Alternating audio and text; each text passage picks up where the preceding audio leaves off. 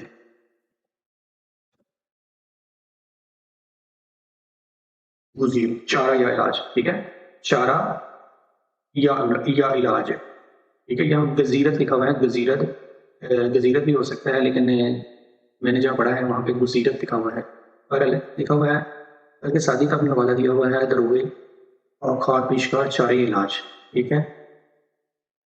ہاں، اس کا مطلب یہ ہوگا کہ جس سے تمہیں چارہ ہو، جس سے تجھے چارہ کار ہو، یا جس سے تمہیں گریز کی گنجائش ہو، بچنے کی گنجائش ہو، تم اس سے ہی جنگ کرو، ٹھیک ہے۔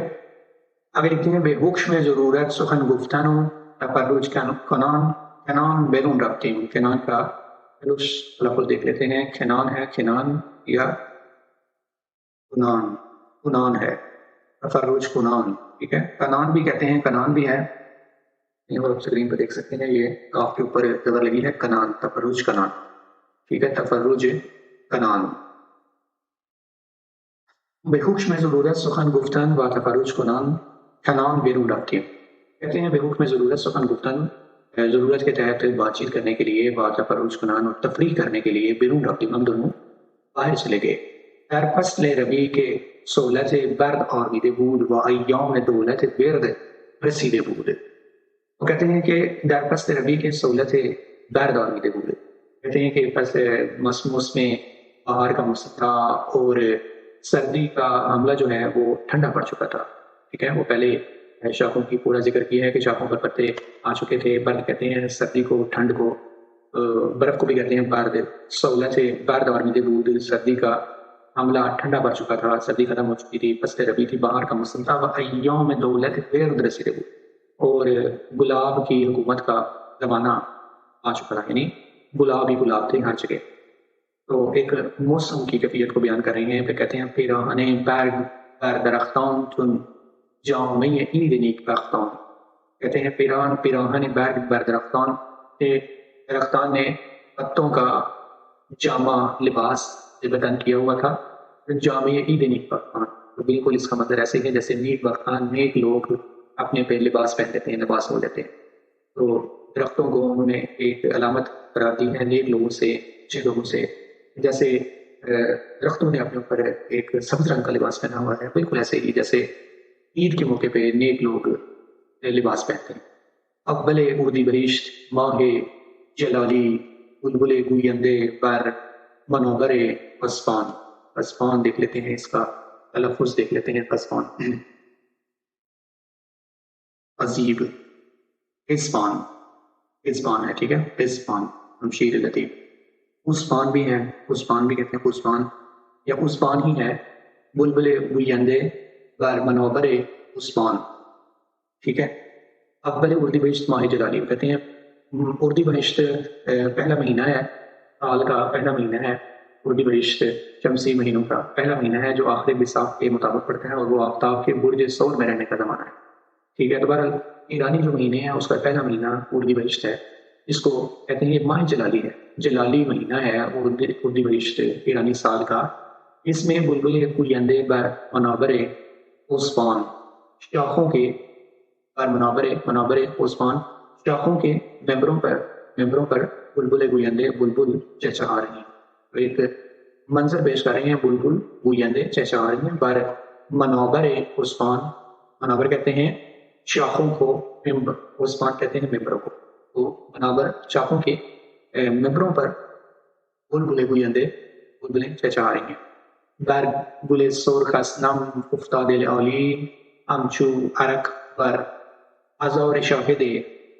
غضبان. ٹھیک ہے. برگل سرخ است نام افتاده لعالی، سرخ پھول کے اوپر گلاب کے برگل سرخ است نام افتاده لعالی. برگل سرخ، سرخ پھول کون سا ہوتا ہے؟ سرخ پھول ہوتا ہے گلاب کا. برگل سرخ است نام افتاده لعالی، سرخ پھول کے اوپر شبنم کے موتی، لالی کہتے ہیں موتی کو، شبنم نم کہتے ہیں شبنم کو، شبنم کے موتی سرخ پھولوں کے اوپر پڑے ہوئے ہیں. ہم عرق بر ازار شاہد غضبان، ہم جیسے عرق پسینہ، بر ازار گالوں کو کہتے ہیں، بر ازار گالوں کو، شاہد نشان دیتی ہیں، دکھاتی ہیں یا ایک منظر پیش کریں گے. غضبان غصے کا، جیسے محبوب کے جو سرخ گال ہیں اس کے اوپر پسینے کی وجہ سے وہ سرخ ہو رہے ہوتے ہیں، اور اس محبوب کے گال غصے کی وجہ سے سرخ ہوں اور اس گالوں کے اوپر پسینہ بہ رہا ہو یا پسینہ نظر آ رہا ہو، تو اس سے تشبیہ دے رہے ہیں. بہار کے موسم کو کہتے ہیں برگل سرخ است نام افتاده لعالی، سرخ پھولوں کے اوپر نمی ہے، ٹھیک ہے، شبنم ہے، اور شبنم دکھائی دے رہی ہے. اور یہ منظر بالکل ایسے ہی ہے جیسے غصے کی حالت میں معشوق کے رخسار پر اس کے گالوں کے اوپر پسینہ ہوتا ہے. بہت ہی خوبصورت منظر پیش کیا ہے انہوں نے. لکھتے ہیں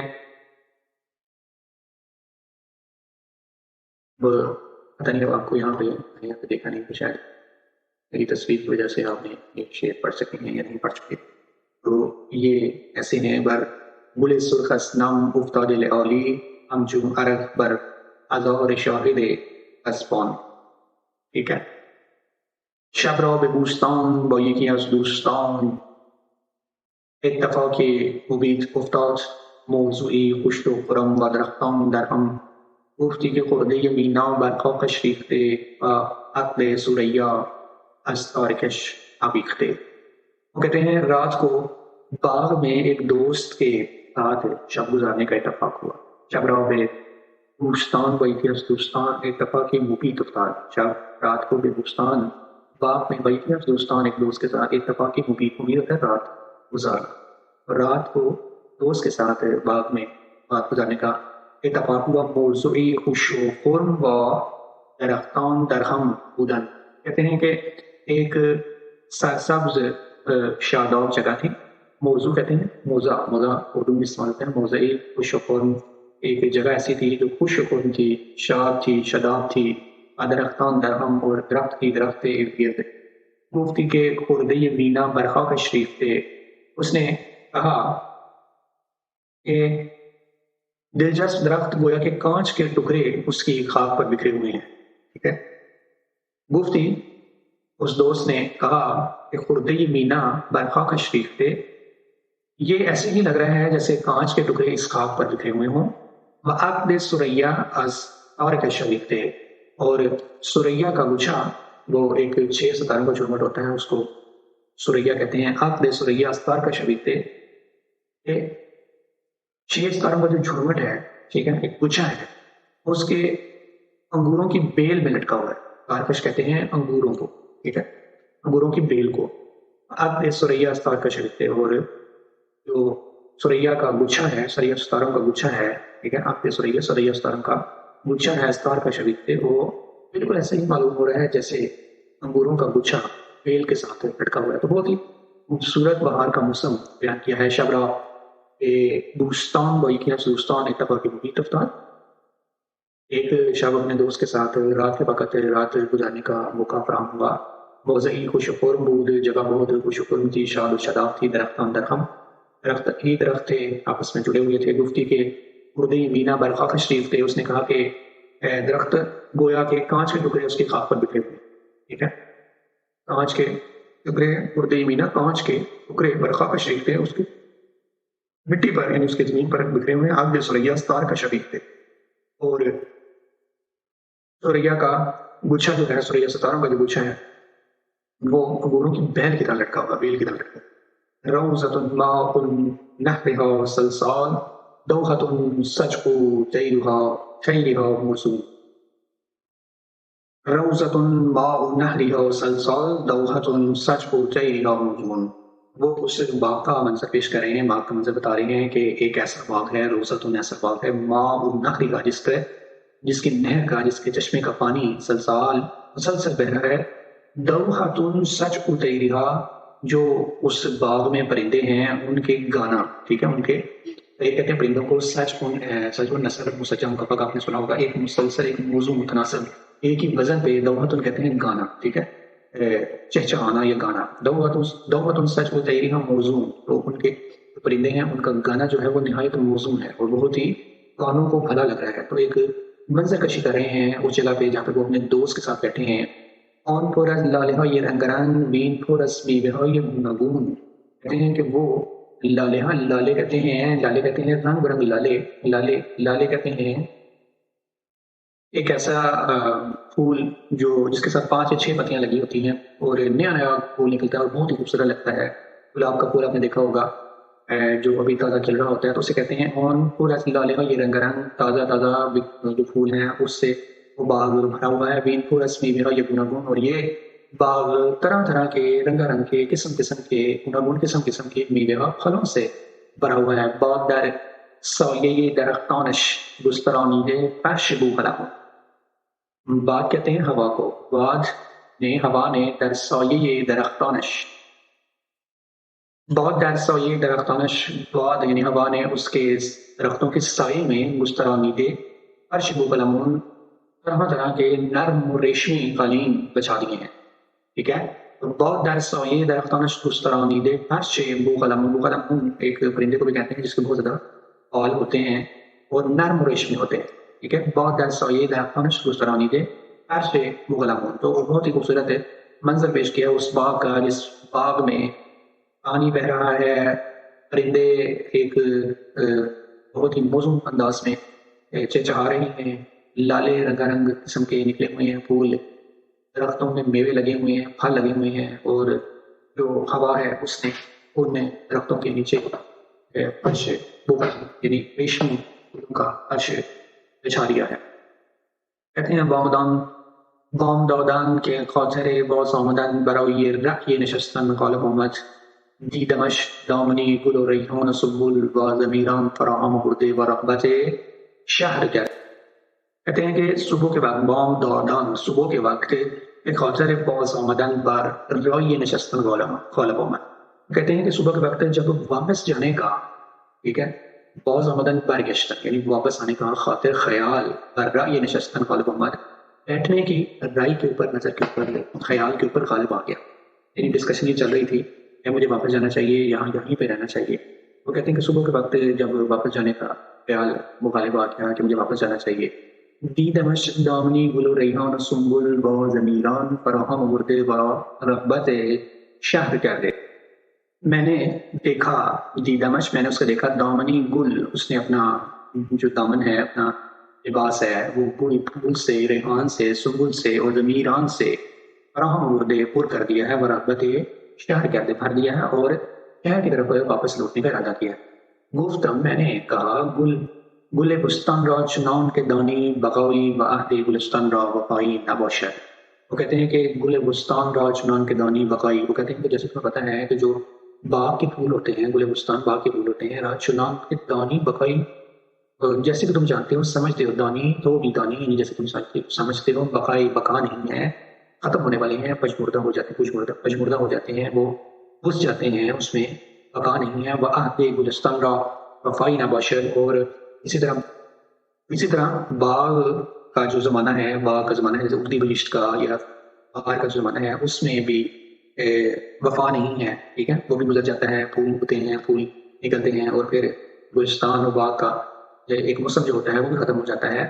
وہ حکما گفتیان ہر چھ نپاید دل بستی را نشاید، وہ کہتے ہیں کہ حکما جو عقل مند انسان ہیں، دانش مند ہیں، انہوں نے کہا ہے کہ ہر چھ نپاید، جو چیز ہمیشہ رہنے والی نہیں ہے، ٹھیک ہے، دل بستگی را نشاید، اس کے ساتھ دل بستگی، دل لگانا ایک بیوقوفی، ٹھیک ہے، ہر چھ نپاید دل بستگی را نشاید، جو چیز ہمیشہ رہنے والی نہیں ہے، ناپائیدار ہے، اس کے ساتھ دل لگانا اچھی بات نہیں ہے۔ گفتہ اس نے کہا، طریق چیز، بس مجھے کیا کرنا چاہیے، اب تم نے یہ کہا ہے۔ گفتہ میں نے اس کو کہا، برای نزہت ناظران و فسحت حاضران کتاب گلستان توانم تصنیف کردن که باد خزان را بر بركع دست تطاول نباشد و گردش زمان عیش ربیش را به عیش قریب مبدل نکند. وہ کہتے ہیں کہ گفتہ میں نے اسے کہا برای نصحت ناظران دیکھنے والوں کی تفریح کے لیے، نصحت تفریح کے لیے، و نصحت ناظران، اور نصحت کہتے ہیں گشادگی کو، ٹھیک ہے، مثلا نصحت حاضران اور جو حاضر لوگ ہیں، جو موجود لوگ ہیں، ان کی گشادگی کے لیے، ان کی تازگی کے لیے کتاب گلستان تمام تصنیف کردم. میں ایک کتاب گلستان تصنیف کرنا چاہتا ہوں کہ اس کی خصوصیت کیا ہوئی کہ بعد خزان را برور کے او دست تداول نباشد، کہ ہوا کے جو پتے ہوں گے، ہوا کے پتوں کا جو ہوں گے، خزان کے جو پتے ہوں گے، وہ اس کے اوپر زیادہ عرصہ نہیں رہے، یعنی کہ اس پہ کبھی خزاں نہیں آئے. و گردش زمان عیش ربیش را و گردش زمان عیش ربیش را به عیش قریب مبدل نکند. و گردش زمان اور جو زمانے کی گردش ہے، یعنی موسم کو بدلنے کا جو ایک سسٹم ہے، وہ عیش ربیش را، اس کی جو بہار کا ایک زمانہ ہوتا ہے، اس کے اوپر عیش قریب مبدل نہ کرنا، اس کو خزاں میں عیش کہتے ہیں اس سے. عیش کا مطلب یہ ہے کہ عیش کا مطلب دیکھ لیتے ہیں، خشک مطلب، ٹھیک ہے، جو ایک اس کا خزاں کا ایک تہش اور ایک غصہ سا آ جاتا ہے، ایک پتجھڑ کا موسم آتا ہے، خزاں آ جاتی ہے، تو وہ اس میں تبدیل نہیں ہوگی. اصل میں یہ کہنا چاہ رہے ہیں کہ میں نے اسے یہ کہا کہ اب میں یہ چاہتا ہوں کہ جیسے بہار کا موسم ختم ہو جاتا ہے، پھول بھی ختم ہو جاتے ہیں، جو سبز پتے ہوتے ہیں وہ بھی ختم ہو جاتے ہیں، تو اب میں یہ چاہتا ہوں کہ ایک کتاب لکھوں جو حاضران کے لیے، دیکھنے والوں کے لیے ان کی تفریح کا باعث ہوگی، جب وہ پڑھیں گے، اور ان کی خوشحالی کا باعث ہوگا، ان کے سینوں کو کھولے گی، ان کے علم کو کھولے گی، ان کو آگے بڑھنے میں مدد فراہم کرے گی. تو وہ ایسی کتاب ہوگی جو گلستان ہوگی، اس کا نام بالکل گلستان ہوگا، باغ کی طرح کی ہوگی، لیکن اس میں اور اس گلستان میں فرق یہ ہوگا کہ اس پہ کبھی خزاں نہیں آئے گی. بعد خزاں کا برابر کہ وہ دست تطاول نباشد، زیادہ دیر اس پہ نہیں آئے گی. دست تطاول نباشد یعنی اس میں دسترازی نہیں کرے گی، یعنی اس کو تیز نہیں کرے گی.